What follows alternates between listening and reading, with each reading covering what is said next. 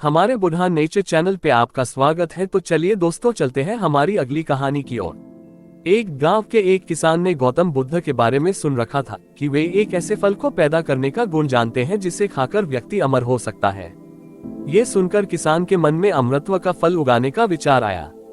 वह किसान बुद्ध के पास आया और बोला, महाराज, मैं एक साधारण किसान हूँ। बीज बोकर हल चलाकर अनाज उत्पन्न करता हूँ और तब उसे ग्रहण करता हूँ, किंतु इससे मेरे मन को तसल्ली नहीं मिलती। किसान फिर बोला, मैं कुछ ऐसा करना चाहता हूँ जिससे मेरे खेत में अमृतत्व के फल उत्पन्न हो। आप मुझे मार्गदर्शन दीजिए जिससे मेरे खेत में अमृतत्व के फल उत्पन्न होने लगे।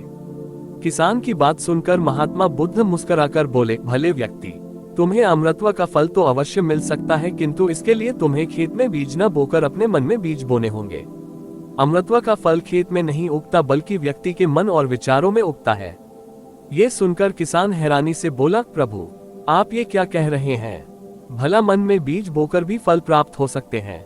बुद्ध बोले, बिल्कुल हो सकते हैं, और इन बीजों से तुम्हें जो फल प्राप्त होंगे वे साधारण न होकर अद्भुत होंगे, जो तुम्हारे जीवन को सफल बनाएंगे और तुम्हें नेकी की राह भी दिखाएंगे। इससे तुम्हारे जीवन में ज्ञान और सद्विचारों की भूख शांत होगी।